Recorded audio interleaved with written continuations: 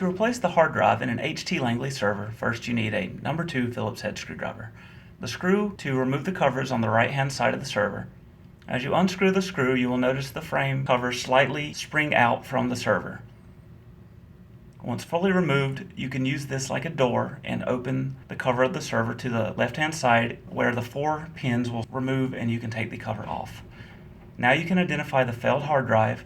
Press the green button to release the lever. Lift the lever up and the drive will gently slide out. From there you can pull the drive out and replace it with a new drive. Slide the new drive in. Press the lever back in place. The green button will latch back and the drive will spin up. You can then line the cover of the server back up with the 4 notches on the left hand side. Rotate it back to the closed position, lining the screw head up with the bolt. Screw the server down and the drive replacement is complete.